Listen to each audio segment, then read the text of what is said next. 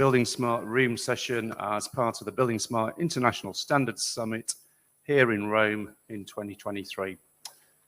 This is an infrastructure room session. The third session, the infrastructure room, will be running at the summit. And as we can see from the slide on the screen, it's entitled BIM for Bridges. We will be hearing from Thomas Liebich, Michelangelo Cianciulli, and Ronald Bergs on different aspects of bridge and bridge design that they are working on. My name is John Protzer, and I will be your moderator today. Session is due to last probably about an hour, and we can take Q&A as we go through.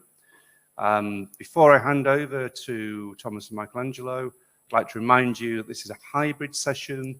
If you're joining us online through the Hopin platform, you're very welcome. Your microphones will remain muted for the duration of the session. If you wish to ask a question, please use the comments box. I'll remind you in a moment by adding a comment in there. For everyone else in the room, we have roving mics like the one I'm using. And if you wish to raise your hand, we'll give you a mic so everyone can hear you online, and then please ask your question. I'm also going to bring your attention to the information that's on the screen now. buildingSMART is committed to ensuring that participation in the development of standards is unrestricted and the process for their adoption is transparent, and standards that are developed do not favour any particular provider but are open, non-binding and accessible to all. Please take note of our antitrust code of conduct. Okay, I'm going to pass to Thomas. We're going to bring Thomas's laptop onto the Hopin platform, and then he'll be presenting with Michelangelo. Thank you. Okay, the presentation today is on work we did together with the team of HDR, which is currently not possible yet to join us here. They were in Montreal. It's about the BIM for Bridges project in the US. And I present, although I'm not from US, but a partner of the HDR team that works with various DOTs and the Federal Highway Administration on BIM for Bridges. It means using open standards like IFC for bridge design. And one of our original tasks back 3 years ago was to develop IDM and MVD as it was set in the project plan. And so IDM being essentially the user-driven requirement specification to say what do I need from a user perspective, and MVD being more the, let's say, software side of it. And then, of course, this new development of IDS came in, and we tried to position it in a way that we first tried to clarify all these various acronyms that particularly people that are not always in the room sometimes struggle with what all these acronyms mean. It's not immediately, let's say, understandable. So we spend a lot of time to explain, you know, what are the different things, like what is IDM, also an ISO standard being coming from buildingSMART. How does it relate to things like IDS and MVD and data dictionary and so on? So the kind of education or the let's say explanations was that IFC, for example, also the new version IFC 4.3, which includes beside bridges also rails and so on, is a kind of generic data exchange standard which has a lot of definitions, usually beyond the scope of a normal scope of what the software supports and what a data exchange requires. And then the essential question is, how do we make it more specific to say what is actually needed for a certain set of exchanges? And then also, to whom do we speak? And I think we try to make it simple, because I think we cannot always expect to from people to understand all the, or it takes the advantage, or it takes the time to get everything fully, let's say, understood and worked through. So we try to make it a little bit specific, that to say that if we talk with software companies to implement basic support on certain IFC functionality for data exchange, then we normally talk with software developers. We talk about MVDs, you know, how do I structure the IFC exchange, But if we talk about content, about the properties that go with it, or the classification that is used, then we normally do not talk with software vendors, but we talk with users, or I think that's what I learned, the American term automation engineers. These are the IT specialists in the engineering companies that set up configurations, like set up environments of software and so on. And they also provide usually catalogs of property definitions, for example. And when we talk to them, what kind of properties you have to prepare and so on, then we talk not anymore about software functionality, but we talk more about how to configure software. And that's where we position IDS also in our talk with Ashton and others. And today we want to show how the second part, this IDS part, can work based on a prototype.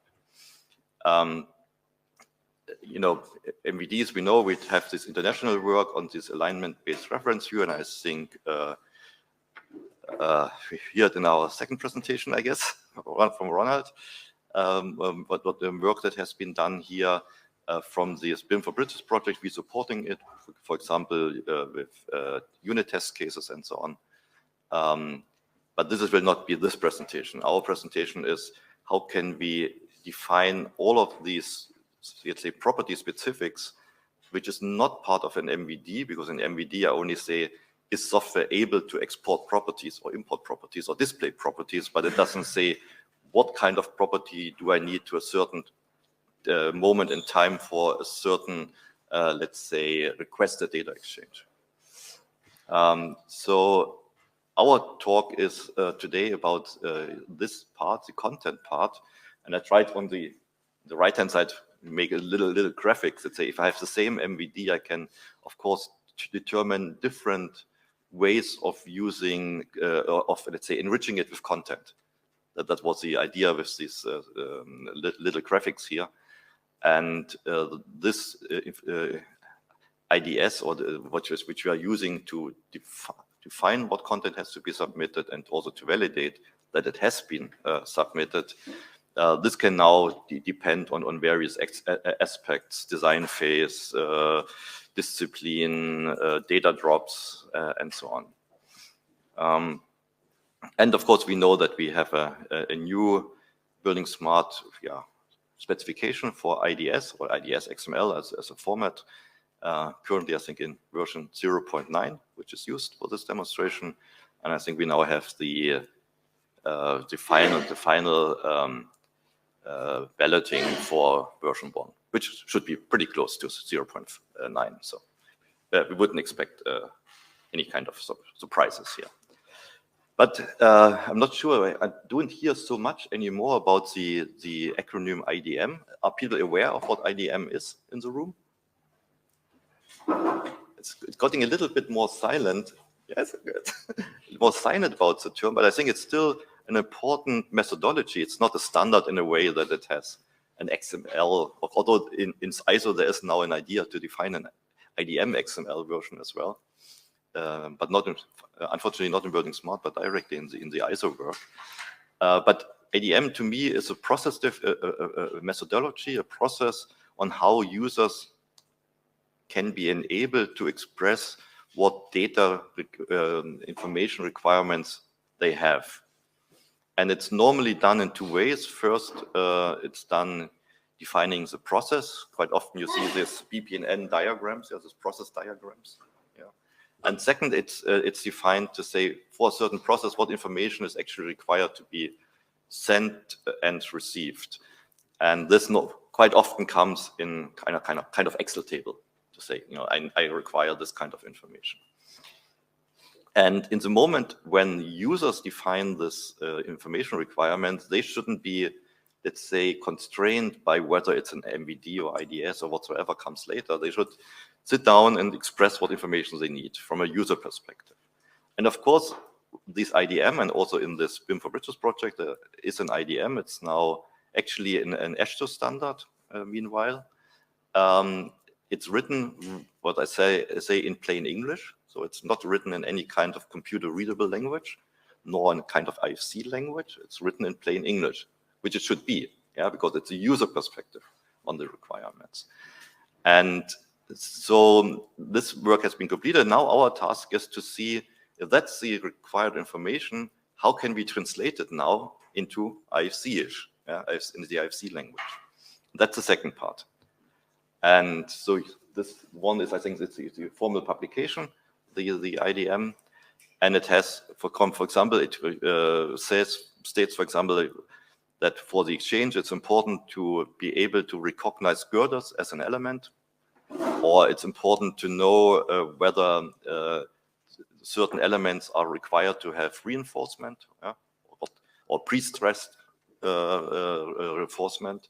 So these are all plain English terms. That's the language of an IDM. But on the other hand, if you want to go further and make it checkable, make it implementable, and so on, of course, we have to translate it into an IFC-ish language.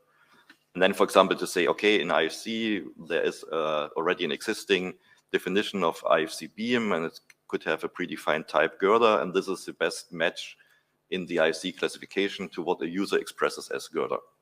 And similar with properties.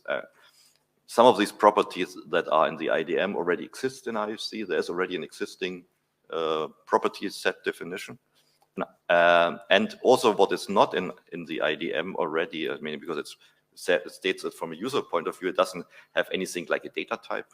You know, is it a Boolean? Is it a string value? What it is? Quite often they're also not very specific on units. You know, does it have a certain measure type, a certain unit type? Is it unitless, and so on? So these are things that have to be added in order to make it, let's say, computer interpretable, checkable, and so on. And that's our task in this project, to make it, let's say, to translate this into this IFC language. So on the one hand, on the yellow or yellowish part, this is the IDM. It states really the requirement what comes from a user side. On the blue part, this states the kind of IFC translations of these requirements so that it can be found in an IFC data file, it can be checked, and so on. And in this IDM stroke ISO standard, it's called an exchange requirement model. That means it's something that comes from a user, but it already has the translation. So it is already translated into an IFC specification. So I think already this term actually exists. So what we try to do here is then to say, okay, what part of it, of all these user requirements really influences the IFC specification in a way? For example, there's a request for a new classification of elements. There could be a request for a new type of geometry, or the use of a different type of geometry. I don't know, certain sweeping operation for geometry along an alignment, or for example. So these are things for which we need the classical definitions of an MVD to say this is, because this influences how software implements it. Yeah, do they have to change the software implementation? But on the other hand, how many attributes and what name of attribute and so on get later attached to a property set, to a bearing or a railing, this is from a from a software implementation point of view, generic. Yeah, the support is, I support property sets. So I can take all this part, and it's probably 80–90% of the IDM, out of the equation, because this can be handled purely on a configuration level. And for this, IDS is now a good solution to state and to validate. So what's already said is we're looking only now to the second part, the IDS part, and that's we want to show in a short prototype demonstration. So the baseline is the design to construction IDM. That is the publication from AASHTO. We took the IDS version 0.9 from buildingSMART. We created a sample bridge model using, again, a better version of Allplan in this case, but of course could have been another authoring tool. We use our own tool BIMQ for generating the IDS file from the IDM. So and we're working together with Akka, and that thing will be Michelangelo's part to then use the ASBIM viewer to import the bridge 2x3 model, to import the IDS file, and then show that validation works. So from the first part, again, you see here, there's the IDM. at the beginning. But as I stated, with still a lot of, let's say, open things to work at, like, adding data types, also determine what kind of property is actually an alphanumeric property, what's a geometric property, and so on. Then making this IFC mapping, translating it into the IFC language, for example, mapping elements to IFC classes, finding existing properties sets, or adding new property sets. And then this we are doing on one hand to support the MBD work that's going to the test cases, but mainly to generate IDS for the validation of the IDM content. So it looks now like this in this BIMQ tool, which I can show briefly live. Here, for example, I have a girder. So the girder is an element that has a certain mapping to IFC. For example, IFC BIM with the data type girder. It has some properties requested from the IDM. Some actually exist already in IFC. For example, they go to the existing common properties like load bearing and so on. And some are new properties requested by the IDM. And here we try to find out whether these are really alphanumeric properties, because from an IDM perspective, from a user perspective, even the information to get the distance between two girders is requested information, but you will probably not have it as an alphanumeric property because you derive it directly from geometry. Yeah, you go with a measure tool and then you measure the distance. So of course, these kind of properties that are in the IDM, of course, we say this is not to be added as an explicit value in an IFC file.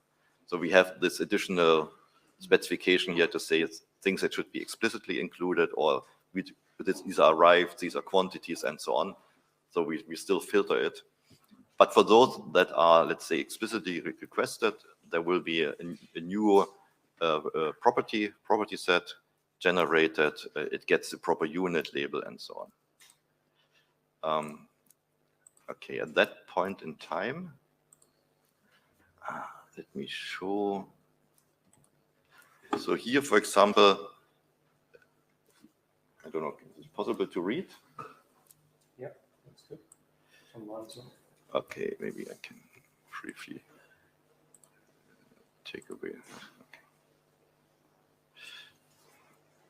So here, for example, you have the list of elements as requested by the IDM, the different element types that are used in these, by Ashtor. And here we try to make the IFC mapping. For example, a pile is according to IFC 4.3. Yeah, that is, here's the catalog of IFC 4.3. I can then, of course, check, is there already in a definition like pile in IFC, and then make the link. I can also further specify it. I don't know what type of pile it is.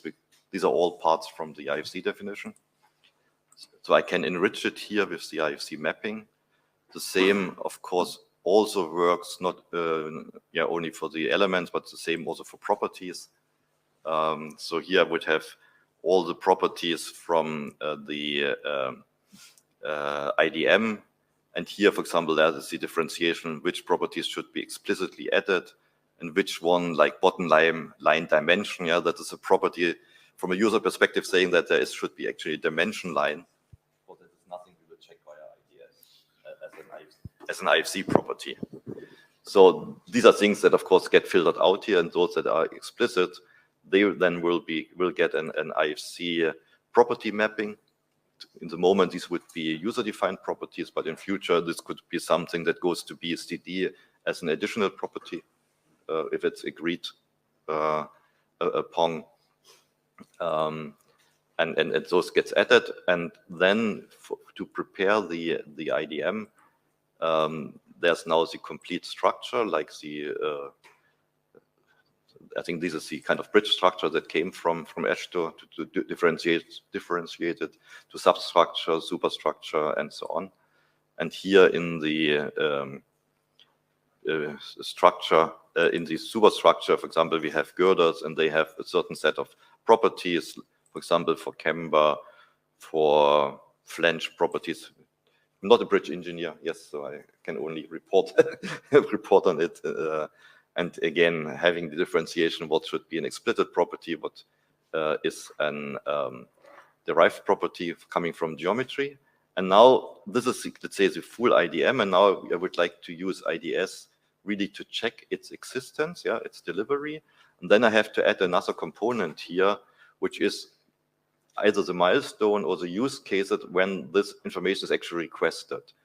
So I think we're here in the concept design stage, and we can say, for example, that certain submittals, 100%, which means at the end of the design phase, or I think in US they have here this 30, 60, 90% submittals, that these are intermediate time in between, and you don't wait until you check the properties at the end of a 2-year time frame. You want to check it also in between, you know, what has been submitted already a year later, half a year later, and so on. So these are then. Oops, sorry.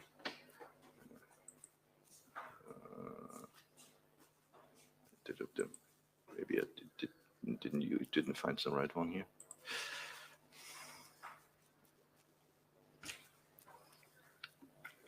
And then I think that you should get these tick boxes to see that this information is actually required. While you're doing that, Thomas, just to interrupt you, sorry. Roger Grant online has asked what you're showing about IDS and IDM at the moment. Does this imply a one-to-one relationship between an IDM and an IDS? No, I think the IDS, to me, checks the completeness of the contracted submitted data, you know, the completeness of properties to be filled in. The IDM could, in general, at least in this case, define the final stage, what has to be complete at the end of a process. But with IDS, you can also do intermediates, like to say at 60%, these properties should already be there, and at 80%, 90% those. Yeah. So I think with IDS, I think we can be more granular compared with an IDM, when the IDM defines the end stage. Thanks. Right. So, question. If you can come back on the previous one. Yeah. Because here you are defining bridge. You are defining bridge superstructure. Yeah. And I say model that is it's a special decomponents. So is it also part of that, or what is coming from? It's a requirements, or is it fixed, or is it flexible, and you have to select in that? I think in the moment it shows all elements that are part of a bridge superstructure. It does not yet verify the right structure itself. Yeah, it's specialization. Yeah. Just The decomposition is not checked yet. No. It's only that those should be part of it. Right. Sorry. So if I go back,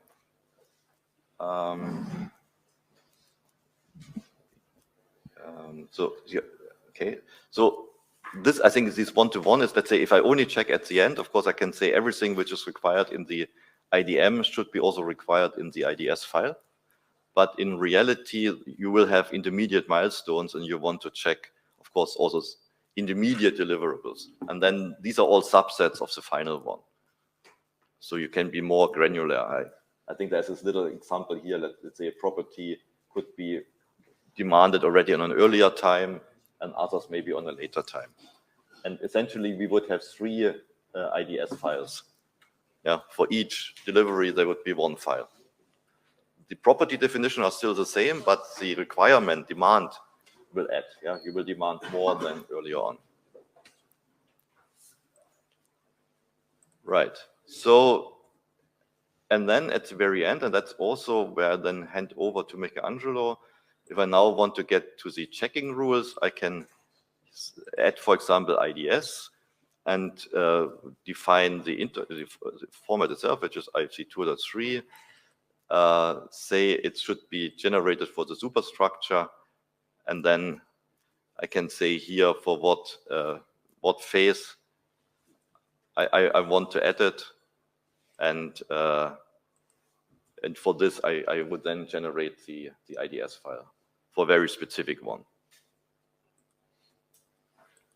And this is, I think, the time when I will then hand over to Michelangelo.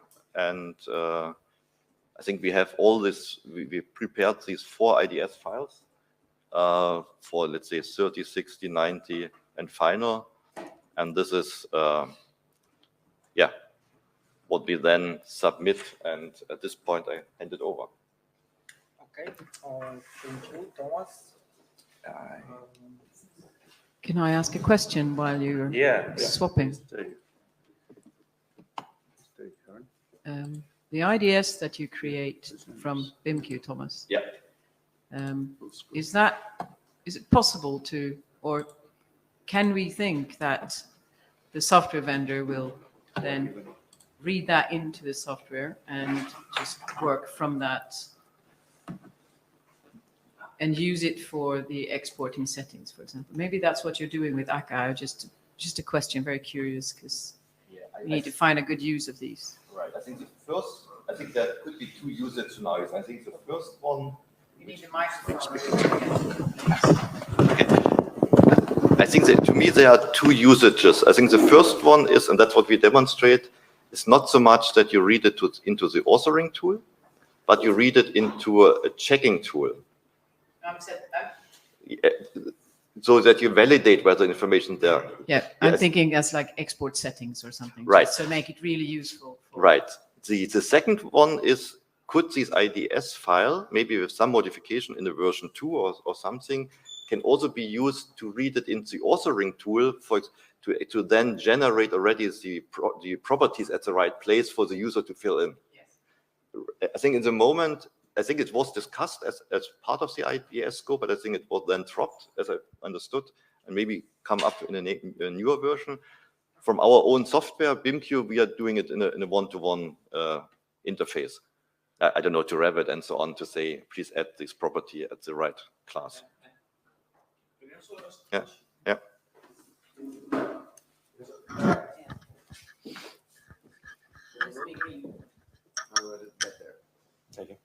That's easier. Does it work? Yeah, great. But yeah, my question then is mainly regarding this. If we go towards export ID, because I don't think the IDS always explicitly describes what the exact value is going to be. It's always a requirement, which could also even be a regex, or it could be a one-off, or it could be. Yes. So if it then becomes an export thing, then I think the IDS scope is too wide, because then it should be limited to a single value, right? No. I think for me, IDS, I mean, the validation we are doing is only a technical validation. It only says the information is there, yes or no. It has the right data type, yes or no. It's maybe within a value constraint, min, max, a list of values, and so on. But it doesn't check, of course, the engineering correctness. No, I understand. But let's say this value range, so it needs to be between a 0 and 60. Yeah. Then the exporter still doesn't know if it needs to be 10, 50, or 20. So there's always going to be a human input for the export. Of course. No. The thing is, like when I'm using an authoring tool, take Revit, for example, and the LOAN requirement or the IDM requirement says for any girder, I have to add the corrosion value, for example. In the first place, I have to go into the tool, say add property or create shared property or whatsoever, and have to type it in. Right. And I have to assign it to the right family. And this is an erroneous process and a labor sum process. And if that could be automated, to say you only create what I sometimes call a property template. You only create you create the property without the value in that. Without a value, exactly. Or maybe with a default value if needed, but usually without a value. And then, of course, the user has to come in and set the value, but he doesn't have to make all this configuration manually. That's the first thing. It's clear. Yeah. I'm going to use the mic to say hello to Roger, which is in line. First, No, seriously, my question is, if I understood well, it means that that could be connected directly to the BSDD in order to not reinvent what it is already defined in the BSDD in terms of properties, values, and so on and so on. Right. Yes, I think I think one potential way would be that these property definition already exist at BSDD, and you only refer to them or link to them, but you might still want to bring them into a new, how to say, in a new context. Yeah. Yeah. In the moment, they came directly from the Ash to Excel table, but it could also be BSDD as a source. Yes. Yeah. So the IFC property definitions, do we have separate for existing structures? Or, for example, if we have a girder which is already existing and we capture it with a point cloud and want to make a digital twin or something. So do we have to define separate property definitions or select other property sets, or does it work with the same property sets as for new construction? So the handling of the existing structures, and when we want to model them, how to proceed, which property sets to use to model them. So I think to me, this is a use case question. I think that has to be answered by by the use case, what you want to actually achieve. And that, to me, in my understanding, is that this basic idea of IDM. Yeah? First, to determine what information you require from a use case perspective. And then the second one is, if you want to use IFC as a data exchange format for this, then to check, are those properties you have in mind already defined, either directly in IFC or at BSDD or somewhere else? So you can actually just reuse the definition. Or if not, then of course you should add your own, we call it sometimes user-defined properties. Yeah, you add your own, what you require. I think nobody else can tell you what's required for the use case. Or maybe the use case itself is already defined in a use case management system that you can say maybe others had the same problem and now I can look what is already proposed. Thank you. But I do not believe that we will be at a time where all properties ever needed are defined in IFC. No, I mean, that's unlimited.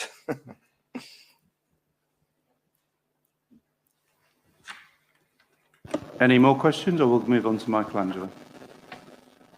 Michelangelo, I think. Thank you. Okay, thank you. Hello, everyone. I am Michelangelo Cianciulli from ACCA, and I will try to show you a live demo of what can we do with these IDS files that we have just produced into BIM.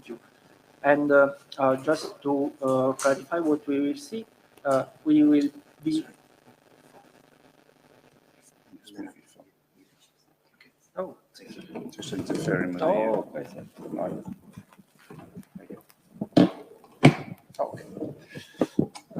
Yeah, just to clarify, we will be in a stage where we have already produced the design of the bridge with an authoring tool, which will be all planned in this case.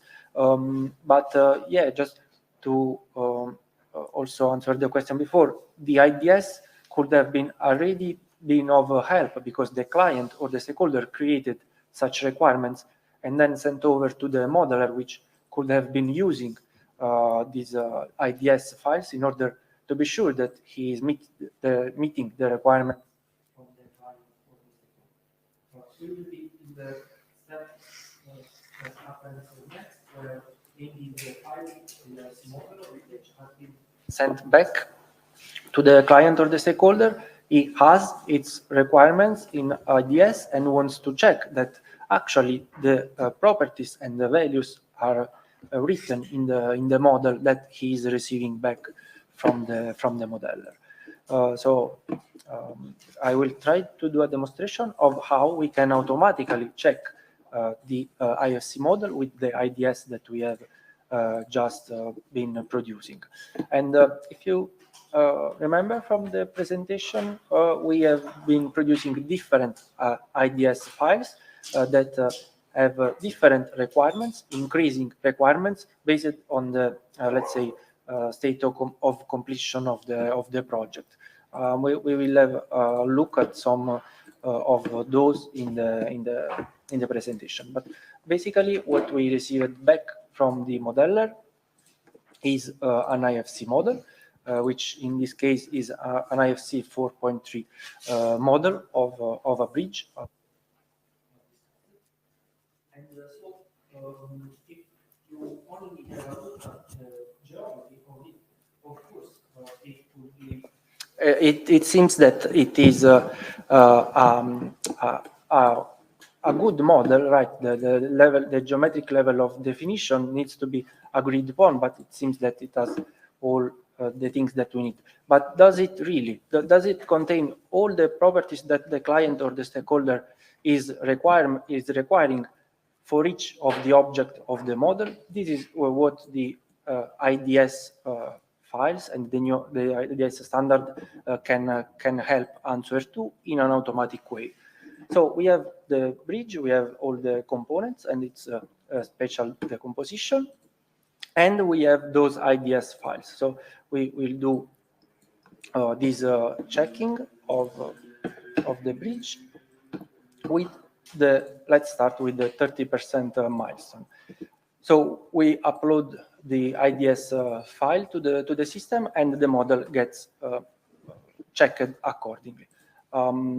Here is the list of the results, but what we are actually checking. IDS is a format that is machine readable, so this allows to do these things automatically, but is also more or less human readable, or rather, the different application that supports it always give, let's say, a plain language version of it, so that also for the users is possible to understand what it is actually checking. So this one in particular, as we said, is the submittal at 30% completion stage, and in particular we have the specification for the girder, in which we are checking in the model all the elements of type IFC BIM with the predefined type girder segment.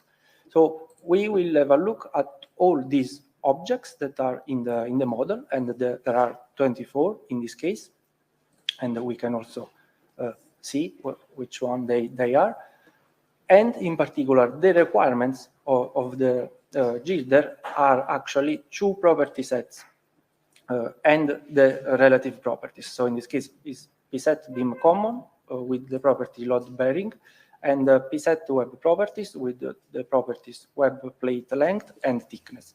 So again, if we have a look at the plain language definition, then we will have all these definition in plain language. And of course, all of this can be also included in the BIM execution plan and sent to the modeler to help the process of modeling with the correct level of information need.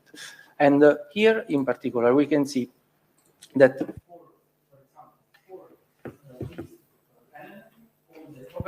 all the properties are actually there, and we can see also their values. But for one of them, then we are missing the web plate material properties. And in fact, if we go and inspect manually the IFC model, we see that we have the for this one, we have the properties of length and thickness in the pset web properties, but we are missing the material information. So this could be actually, this is done automatically, so the stakeholder can actually automatically reject the model and ask the modeler to update the model in order to fulfill all the requirements.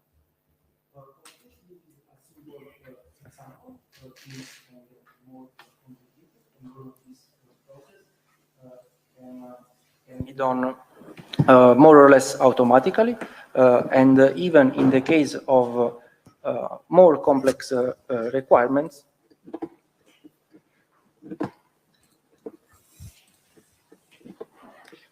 then we can see that the process is always the same. Thank you. Okay. Okay, perfect.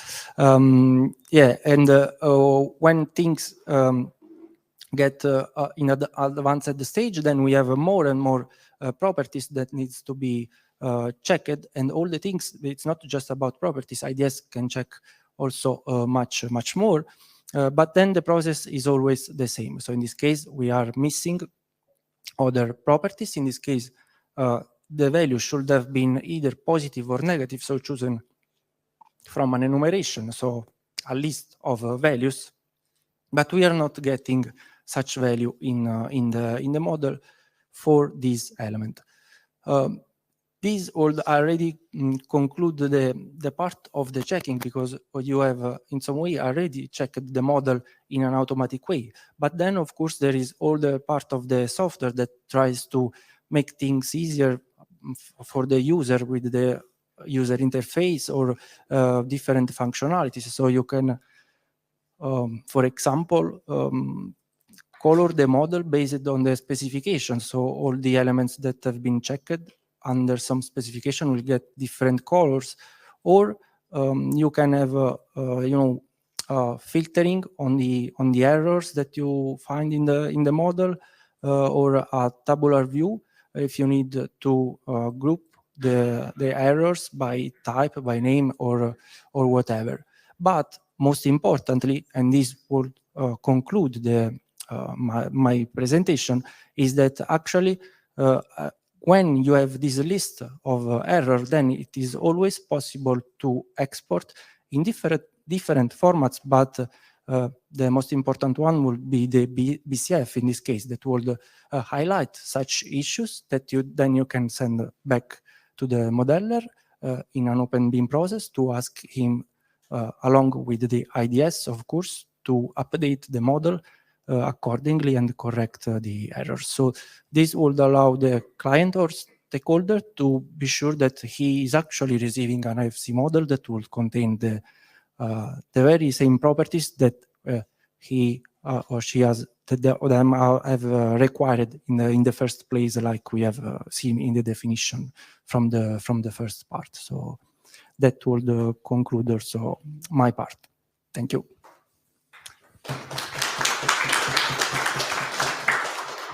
Thank you, Michelangelo and Thomas. Great presentation.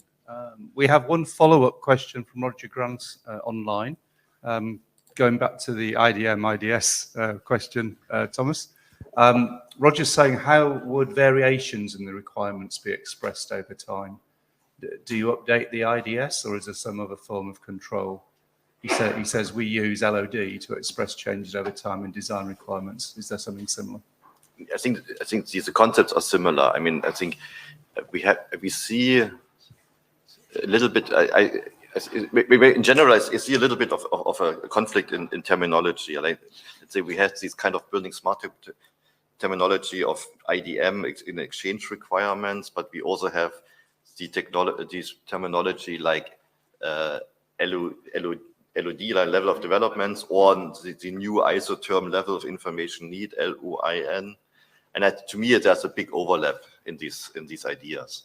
And there's also a level of information need that essentially determines they have the so-called prerequisites, which is actor, phase, use case, and I think structure. So you can also say which information are required by a certain actor in a certain design phase for a certain use case. And that comes very close to an BPNN in IDM when you say, these are the swim lanes, these are the actors, they interact, and here I find the requirements. So I would say it's there's a big overlap in terminology, which sometimes confuses people. That's really, maybe we have to have a much clearer communication channel here. But in reality, yes, I think the idea is to make it configurable, like I have shown here. You only make a tick this is requirement, and this tick then goes directly into the IDS file saying I have one rule more, and that goes then into a checker like Michelangelo has shown, and now I can verify, you know, that this change has been met. I think this gives us a flexible technology to work with. And yes, I personally have never seen a project where the requirements had been not modified over time. No. Thank you. Very true, Thomas. Everything changes. Thanks very much to Thomas and Michelangelo. We're going to move to Ronald Bergs' presentation. Thank you. And Ronald's going to come and talk to us and present on the test instructions for bridge. So Ronald, do you want to come up to the front? I'll give you the microphone. Hello, everyone.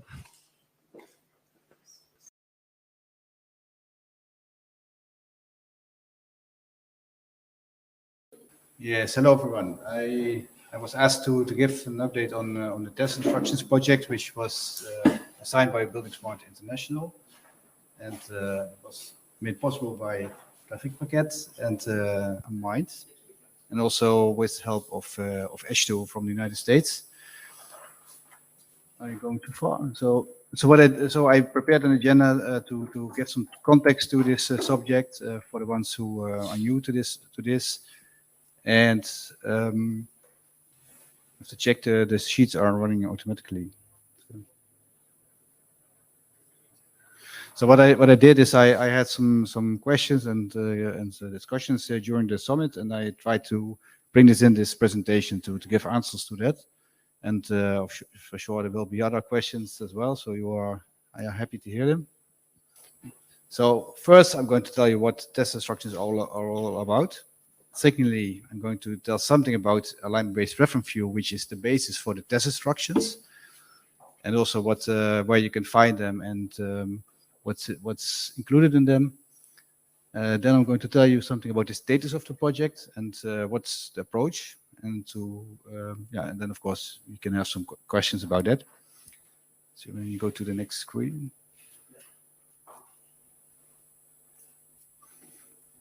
So what are test instructions all about? So what we are doing is to provide verification criteria in order to help software vendors to implement the alignment-based reference view selection of the IC. So the alignment-based reference view is a selection of the IC scheme, which actually is covering the scope of the IC43 development. So software vendors are going to implement them, and to test if they can implement it correctly, they should be able to test it themselves and to have some objective rules for that. Another thing is that if you look at test instructions, we are looking again to the use cases which have been defined by the stakeholders to check if these requirements are being met in the implementation of the IC43 scheme. And it is an input for the validation service. So buildingSMART International has made a validation service where rules are added to check for checking of implementations. And it will also be input for the certification service, which is running at this moment, which is going to be developed. So the next slide. So maybe it's good to talk about what test instructions are not about, because there are some confusions about that. So it is not, we're not going to make an IDS. So it doesn't have anything to do with this. So we're not writing information delivery requirements. And maybe it's best to make an example based on a pizza. So if I'm a franchise pizzeria and I want to have the same quality of pizza in all villages in the whole Europe, for instance. So I might have the need to define some minimum quality of that. So what should be ingredients? Should it be biological? What should be the size of the pizza? How long should it be baked? But so that can be considered as being the alignment-based reference view, which you would like to test. and you're going to write the test instruction for. But what you're not going to describe is the customer who goes to the pizzeria and asks for a pizza margherita or pizza with artichokes or something, because that is something which is part of the IDS, I would say. So the next sheet is about to show you what is an example of a test instruction. I think this one is a good one from the wheel room. So if the internet is functioning. We want to run that. Want to try it? Okay. Yes, it's working, yeah. So this is an example of what the deliverable should look like. So it's something which is readable and saying that in this case, it is something you can test on based on a use case, and saying what kind of validation criteria do you need, what kind of entities or concept templates do you need for the from the library-based reference view. There can be sample data sets be provided to check according to these rules that software vendors can test it and compare results in order to check if this software is capable to support its use case based on the implementation of the part of the IC for the 3 scheme, actually the part of the alignment-based reference view. So maybe if you can scroll, then we have a bit of overview of how it looks like. So it has a lot of different helpful things. So requisites, test data sets, with its contents, patient criteria. You can have formal rules or informal rules. You can oblige some examples how it can look like the geometry and some control parameters. But again, these are no exchange requirements. These are only things to test if the implementation of the alignment-based reference view has been done correctly. If you go back to the slides. So the next one, next one is about the status of the alignment-based reference view. So a lot of people ask me, so where can I find the alignment-based reference view? So actually it is available on the buildingSMART website. So I have added a link. So if you use this sheets, then you can see that in the standards part of where the IC43 is documented, there's a chapter 4 which shows all the concepts templates. Maybe if you can open it, and we can see that you see a tick box of which concept templates are part of the alignment-based reference view. That's one base MVD, what Thomas Liebich was talking about. There's another base MVD, that's the reference view, which is based on IC 4.0. So here you can find what is the part of the scope of the alignment-based reference view based on the concept templates. The concept templates are telling an implementer of what part of the IC scheme is needed and what kind of relationships are needed in order to deliver a specific usage. Another part is the part of the scope is what kind of entities or property P-sets or quantity sets are part of the alignment reference view. We can find them. If you go to the top, you can find them in the Appendix A section, which is to the left. It goes back a little bit, scrolling around. Next one. No, one below. Yes, one. So now the B, the alphabetic list. So there you see again the list and a tick box of what is inside the scope. So here you can find the scope of the alignment-based reference view. The test instruction for bridge are based on that selection. So we are going to use that selection for the test instructions. I think it's Annex A. Yeah.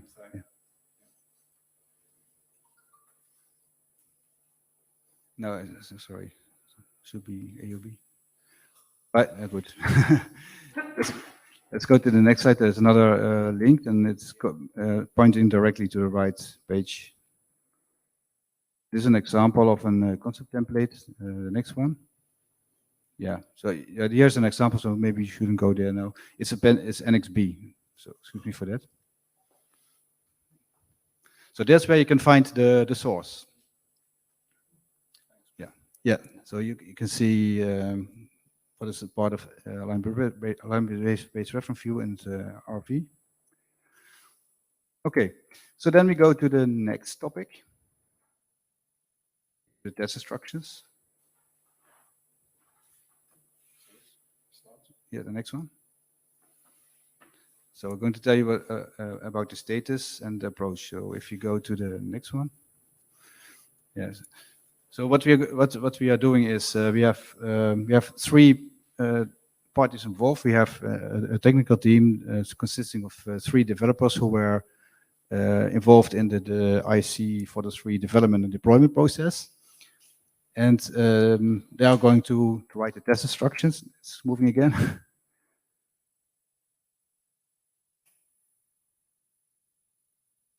You keep it like this.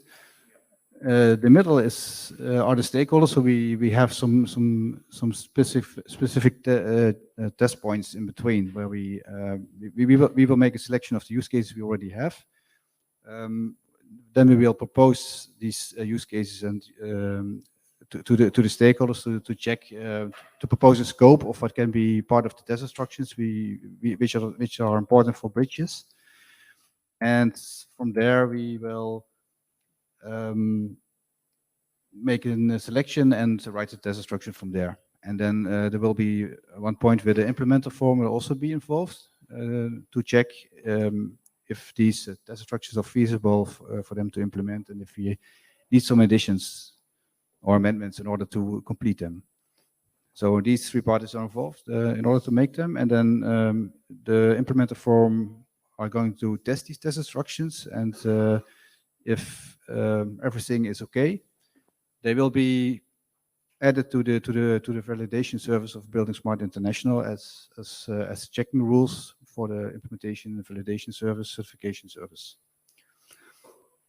So we already had the first proposal of what can be inside the scope.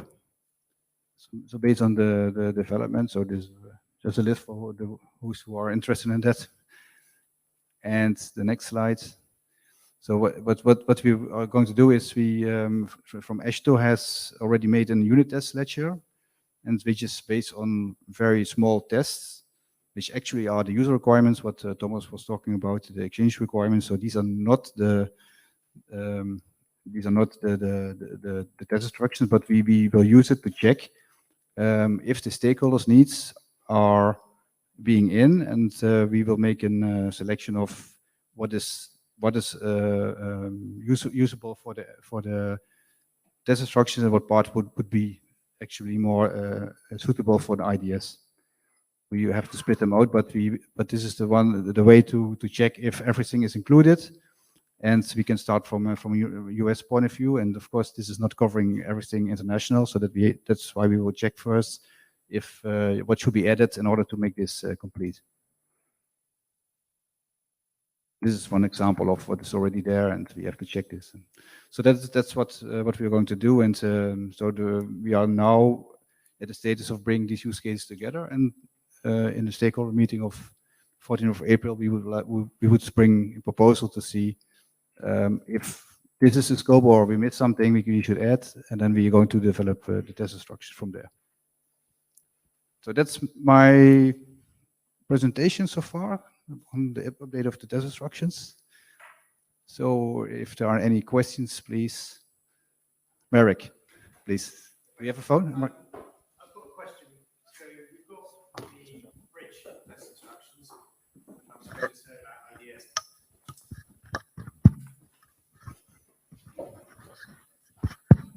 IDS. Yeah, so we've heard bridge test instructions. We've heard alignments-based reference view, MVD, and we've heard that IDS is the way forward. What's happening about road test instructions, rail test instructions, any other infrastructure feature test instructions? Yes, these have been delivered until the end of March last year, and they have been added or in process of being added by by the technical services to the jerking rules of the validation service. So I'm not sure if there are the status of being checked by the implemented form or if they're already there, but that's the process is that we are delivering more as like the business part, the inputs, the specification of what should be inside to be tested. And buildingSMART International is going to check and add them to a bigger rule set, which will be used for the validation and certification. So, but they're already there in the process. Yeah. Okay, it still raises a few questions, but okay. Yeah, please ask them. If you have the time for them. Ronald, Michel. sorry for being a bit slow this afternoon, but Matthias did clarify the difference between IDM and IDS. Thanks for that. I think that is rather clear. What is unclear to me is the relation between, if any, the relationship between test instructions and IDM. Is that a must-have? Is that a one-to-one? Is that totally separated? No. So actually, you can make test instructions independent from IDM, but what we are doing is to check if by means of IDM, actually, if there are some user requirements which should be inside inside the scope, which are really important to test, to check if that can be implemented correctly. So we're just doing as a check to see if the user demand is being recognized in the scope. But then the test instructions are only related to what's already inside in the selection of the alignment-based reference view. So there's nothing to be added at this moment. So there will be the next IC version in order to make some amendments on that. But the reference point is the alignment-based reference view, which is now being fixed. So in other words, you don't need a set of IDS to check whether the requirements as part of expressed as part of the test instructions are matched or are not matched. No, the exchange requirements are differently from every user. So in France or different organizations can have different exchange requirements. What Thomas showed is that from an IDM you can make a mapping to the IC. So what we trying to do is to have a good IC implementation. So you can base your IDS on, but IDS can be very differently. So it's not the generic agreements you can make a standard on. So you can. So the fixed thing is the alignment-based reference view, the IC scheme. Any further questions for Ronald on the bridge test instructions project? No? Okay. Thank you very much, Ronald. Thanks for your presentation. You're welcome. We're 10, 15 minutes or so early, but coffee will be served all the way along the corridor, down the stairs and back in the entranceway, the auditorium. Please join us again in this room at 3:30 when the final building room session will be run, where we are going to look at an example of an IDS and using BSDD. So please join us then. Thank you.